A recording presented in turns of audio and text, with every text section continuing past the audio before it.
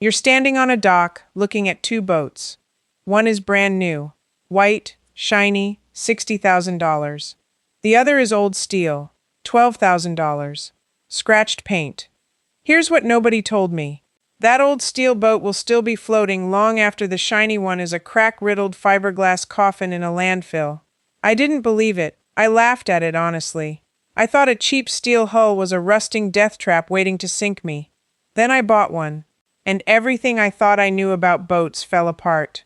Stay with me, because there's a builder's manual from 1968 that explains exactly why these hulls outlast everything, and a rust-proofing trick old sailors kept to themselves that costs almost nothing.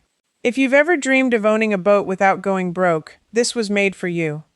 Let me take you back to the moment this started. I was walking a marina on the Chesapeake, the kind of gray morning where the water looks like poured pewter, and an old man was scraping paint off a hull that looked 100 years rough. I asked him, half joking, when he planned to scrap it. He didn't even look up. He just said, "This boat will outlive both of us." I thought he was crazy. I was the one who turned out to be wrong. Now here's the first thing that broke my brain. Everybody told me fiberglass was the smart choice. Modern, maintenance-free, light, fast. I believed it. I spent years believing it, and I nearly bought a used fiberglass cruiser for $45,000 because a salesman told me it would basically last forever. That word forever was a lie, and here's how I found out. Fiberglass boats have a problem the industry does not put in the brochure. It's called osmotic blistering. Water molecules over years work their way through the gel coat and into the laminate. The hull starts to soak up water like a sponge you can't see. Blisters form under the surface, the structure weakens, and by the time you notice, you're looking at a repair bill that can run $10,000 to $30,000, sometimes more than the boat is worth. I didn't invent that number. Marine surveyors have been documenting it for decades. A well-known study of older fiberglass hulls found that a huge share of boats over 20 years old showed some form of moisture intrusion or blistering. The industry response was to keep selling you a new one. But steel doesn't blister. Steel doesn't absorb water. Steel doesn't quietly rot from the inside while smiling at you with a clean white finish. I stood on that dock and did the math for the first time in my life. A new production yacht loses value the second it leaves the dealer, just like a car. 10 years in, it's worth a fraction. 20 years in, the resin is aging, the deck core might be waterlogged, and you're pouring money into a hull that's fighting to fall apart. The steel boat I was staring at was built in 1979. It had already crossed an ocean, twice, and it was for sale for $12,000. That's when the old man's words started to make sense. But understanding why steel wins meant digging into a history almost nobody talks about anymore. Because steel didn't lose to fiberglass on quality. It lost on something else entirely. Let me tell you what I found. Steel boats aren't some fringe experiment. They are one of the most proven hull materials in the history of sailing. Go back to 1863, when steel and iron ships were already crossing oceans and outlasting wooden vessels that rotted in a decade. The great sailing ships that carried cargo around Cape Horn, the ones that survived the worst seas on the planet, many of them were iron and steel. Then came the small boat revolution. After the Second World War, welding technology got cheap and reliable. Ordinary builders could now weld a strong hull in a backyard shed. In the 1950s and 60s, especially in Holland, France, and South Africa, steel sailboats became the choice of serious ocean voyagers. Not weekend show-offs, people who actually crossed oceans and wanted to come home alive. The most famous of them all was a Frenchman named Bernard Moitessier. In 1968, during the first solo nonstop race around the world, he sailed a steel ketch named Joshua. That boat took the pounding of the Southern Ocean, the most violent water on Earth, and kept going. Moitessier trusted steel with his life in the loneliest place a human can be. That's not marketing. That's a man betting his existence on a material. And here's the part that got me. I found a builder's reference from that era, the kind of construction guidance passed around among steel boat builders in the late 1960s, and the philosophy was simple. Build it strong enough to hit a reef and survive. Build it so a repair could be done with a welder and a piece of plate anywhere in the world. build it to be fixed, not thrown away. Compare that to today. When a fiberglass hull cracks badly, most yards will tell you it's not worth repairing. When steel gets a dent or a bad spot, you cut it out and weld in new plate. A welder in almost any port on earth can fix a steel boat. Think about that if you ever plan to go somewhere far from a fancy marina. So why did steel almost disappear from the market? Here's where the story turns. And here's where I started to get a little angry. Fiberglass didn't win because it was better for you. It won because it was better for the manufacturer. You can pop a fiberglass hull out of a mold in a matter of hours, over and over, cheap and fast, with low-skilled labor. A steel hull takes skilled welders, more time, and more hands. For a company trying to build thousands of boats a year, fiberglass was a factory owner's dream. And there was a bonus for them, though it was a curse for you. Fiberglass boats have a life cycle. They age out, they blister, the deck cores soak through, and eventually people give up and buy new. That's repeat business. A steel boat built right and maintained can last 50, 60, even 100 years. From a sales standpoint, a boat that lasts 100 years is a terrible product. You only sell it once. I'm not saying anyone sat in a boardroom and plotted against you. I'm saying the incentives quietly pushed an entire industry toward the material that sells more boats, not the material that serves you longest. And over about 40 years, steel got a reputation as difficult, rusty, and old-fashioned, while the thing that actually rewarded the seller got called modern. That reputation, that steel means rust, is the single biggest myth I had to unlearn, and unlearning it saved me a fortune. Because here's the truth about rust. Steel rusts on the surface. It's visible, it's slow, and it's completely manageable with basic maintenance you can do yourself in a weekend with a wire brush and a can of paint. Fiberglass rots invisibly, under the surface, where you can't see it until the survey comes back and ruins your day. Which failure would you rather have? The one you can see and fix for a few dollars, or the one that hides from you until it's a catastrophe? I know what you're thinking right now. You're thinking this is fine for some retired sailor with a welding shop, but not for you. You've never welded in your life. You don't know a thing about boats. This whole idea sounds like it belongs to somebody else. I want to talk directly to you for a minute, because I was exactly where you are, and this next part is the part I wish someone had handed me on day one. You do not need to be a welder to own a steel boat. You do not need to be a mechanic or a surveyor or a salty old sea dog. What you need is a checklist and a magnet. I'm serious. A common magnet is one of the most powerful tools you have when looking at any boat, and almost nobody uses it. Here's how I inspect a steel hull, and you can do this with things sitting in your house right now. First, the magnet.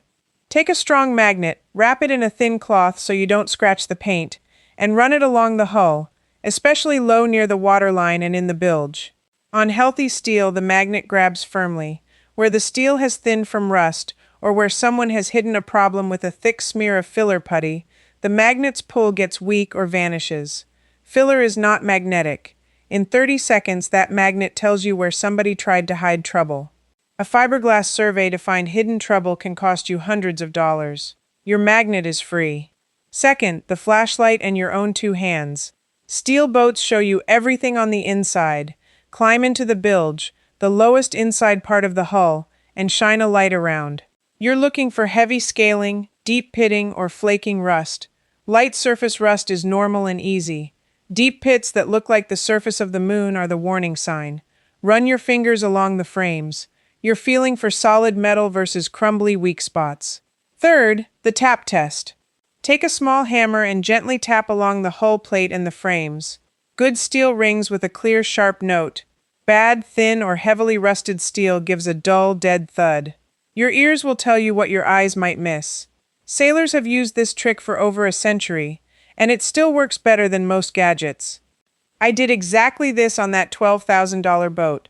Magnet, light, hands, hammer. It took me about an hour, and the steel underneath 40 years of scratched paint rang like a bell and grabbed that magnet like it was welded yesterday. Now here's what nobody tells you about the price. When you buy a steel boat, you're often buying at the bottom of its value, because the market has been taught to fear steel. That fear is your advantage. I've watched solid steel cruisers, boats that could cross an ocean, sell for the price of a used car, while a comparable fiberglass boat costs 3 or 4 times as much for a hull with more hidden risk. The forgotten reputation of steel is exactly why you can afford it. But buying it is only half the story. Because the moment I owned that boat, I ran straight into the question every steel owner faces, and the answer is the whole secret. How do you actually keep steel from rusting away? Because if you get this part wrong, everything I've told you falls apart. Let me show you what I learned, because this is where it gets good. The enemy of a steel boat is not the ocean. It's not even salt water directly. The real enemy is a slow, invisible process called galvanic corrosion, and understanding it is what separates a steel boat that lasts 100 years from one that rots in 10. That question is the whole game, and it's why I put everything I know about reading a hull with my own hands into 3 books of my own.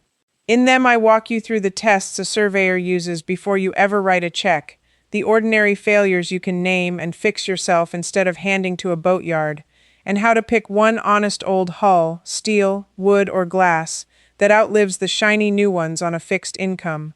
Everything a video has to compress, the checklists, the places a smiling seller keeps you away from, the real yearly cost ledger, is spelled out in full there. If that's the kind of competence you want on the ramp, scan the QR code right there on your screen, link in the description, pinned comment for the books. Now, before you decide anything, let me answer the objection I hear from almost every man who gets this far. Here's the simple version. When 2 different metals sit in salt water, they create a tiny electric current, like a weak battery. That current eats one of the metals alive. Your steel hull, sitting in water near bronze propellers, brass fittings, and other metals, is constantly under this invisible electrical attack. If nothing stops it, the steel is what gets eaten. But sailors figured out how to beat this more than 100 years ago. The trick is called a sacrificial anode. You bolt a block of a weaker metal, usually zinc, onto the hull. That zinc is more eager to give up its metal than the steel is. So the corrosion attacks the cheap zinc block instead of your hull. The zinc slowly disappears, sacrifices itself, and your steel stays perfect. You just replace the zinc every year or so. It costs a few dollars. Think about that. A $10 block of zinc protects a $12,000 hull. That's the kind of trade the old sailors understood and the modern marketplace forgot to make exciting, because there's no fortune to be made selling you $10 zincs. The British Royal Navy documented this principle back in the early 1800s. A scientist named Sir Humphrey Davy, the same man who invented the miner's safety lamp, proved in 1824 that attaching pieces of zinc or iron to the copper hulls of Navy ships stopped the copper from corroding. 200 years ago this was solved. 200 years. And most boat owners today couldn't explain it to you. But the anode only protects the steel that's underwater. What about the inside? What about the bilge, the frames, the hidden pockets where water pools and air sits? That's where most steel boats actually die. From the inside out, in the places the owner never looks.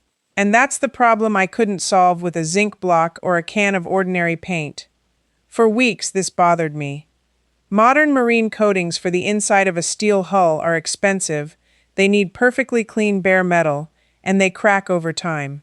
I kept thinking there had to be an older answer, something the men who built these boats in backyard sheds in the 1960s used before the chemical companies sold them $1,000 coating systems.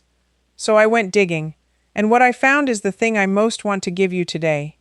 Before I do, I want to say something to you directly, because if you've made it this far, you're not the kind of person who gets talked into overpriced solutions. You're the kind who wants to know how something actually works, so you can do it yourself. This next part is the payoff for exactly that kind of mind. I found it in the old writings and shared knowledge of working boatmen, the fishermen and backyard builders who couldn't afford fancy chemicals and had to protect their steel with whatever was cheap and worked. The answer they kept coming back to was grease, specifically animal grease and fish oil. Here's the secret that changed how I protect my hull. The inside of a steel boat, the bilge and the hidden frames, can be protected with a coating of lanolin, the natural grease from sheep's wool, or a traditional mix built around fish oil. This stuff does something modern paint can't. It creeps. It self-heals. It seeps into every crack, every seam, every pinhole, and it displaces water and air, the two things steel needs to rust. Paint cracks and lets water in behind it, where it does its damage in the dark. Lanolin doesn't crack. It stays soft. It keeps moving into any gap and sealing it.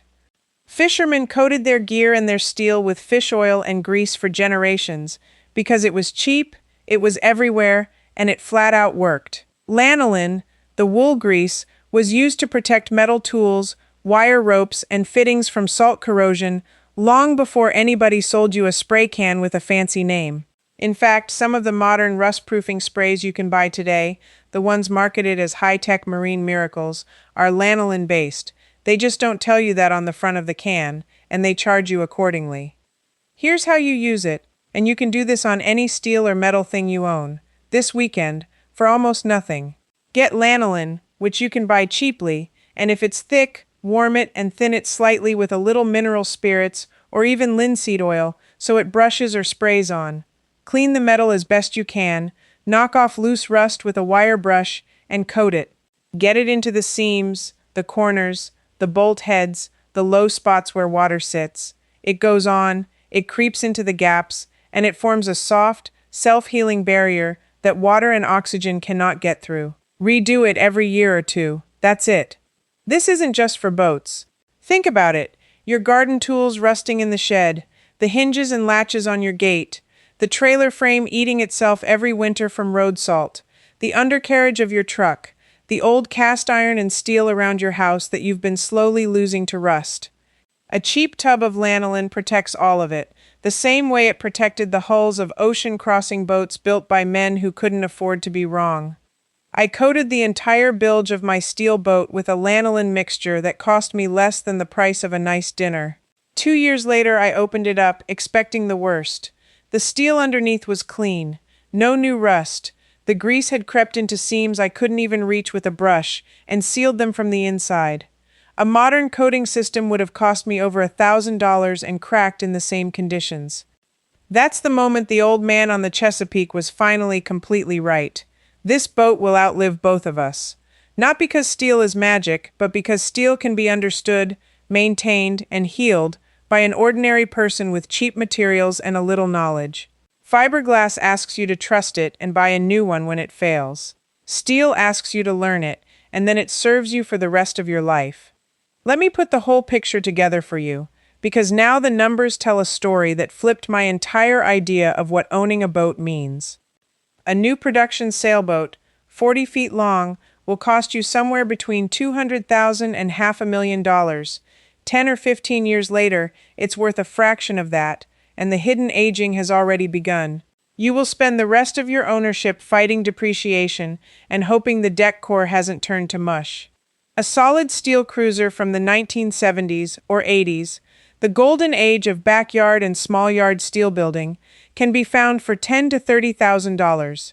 It has already proven itself by surviving 40 or 50 years. Its maintenance is visible, cheap, and doable by hand.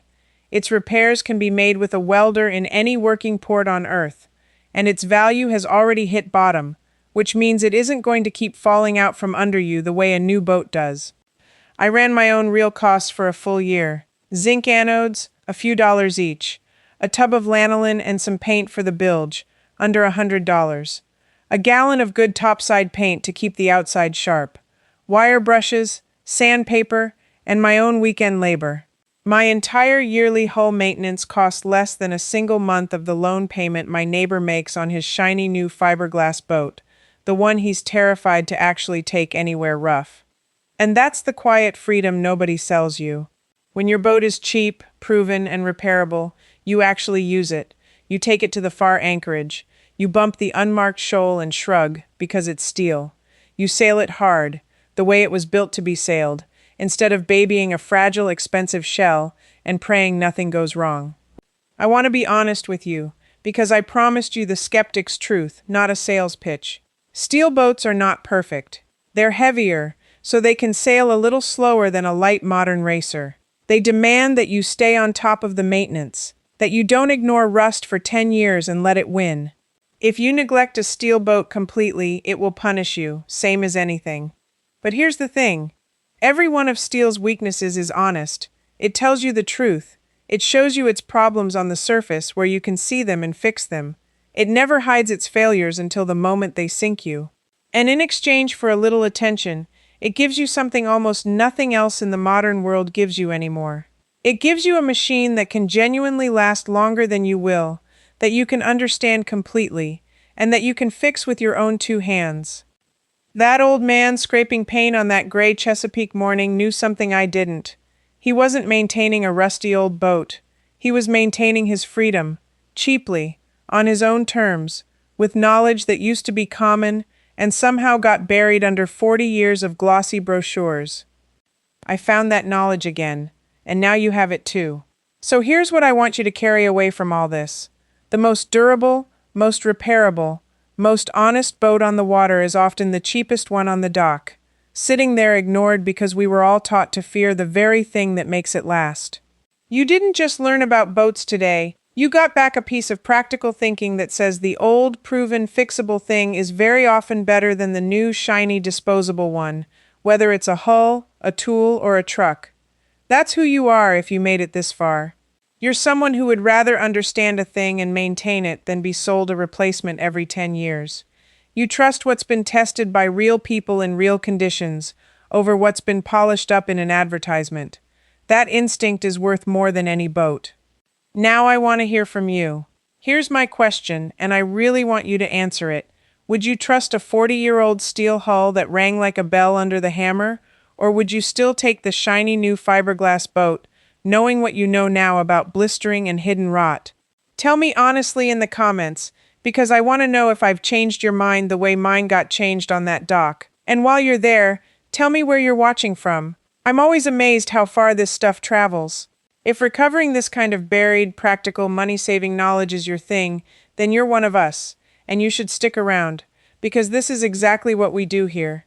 We find the old, proven methods that got quietly replaced by expensive convenience, and we test them and hand them back to you. Next time I'm going to show you the forgotten way sailors kept food fresh for months at sea without refrigeration, using a method from a ship's log that most people today would swear is impossible. You're not going to believe how simple it is. I didn't either, until I tried it. Before you go, here's where this goes next. Inside the Old Ways Almanac, I pick up right where we stopped with the full steel hull walkthrough, rust-proofing trick and all. When you get stuck, ask me your own question, and a real person, me, answers you myself. You won't be doing this alone. Folks like you are already inside. Just point your phone's camera at the code on screen. Cancel anytime with one click. Come join us. Now maybe you're wondering if a small boat like this could ever truly be your home. It can. In the next video, right here, I'll show you exactly how to live aboard full-time, comfortably and simply. Let's begin.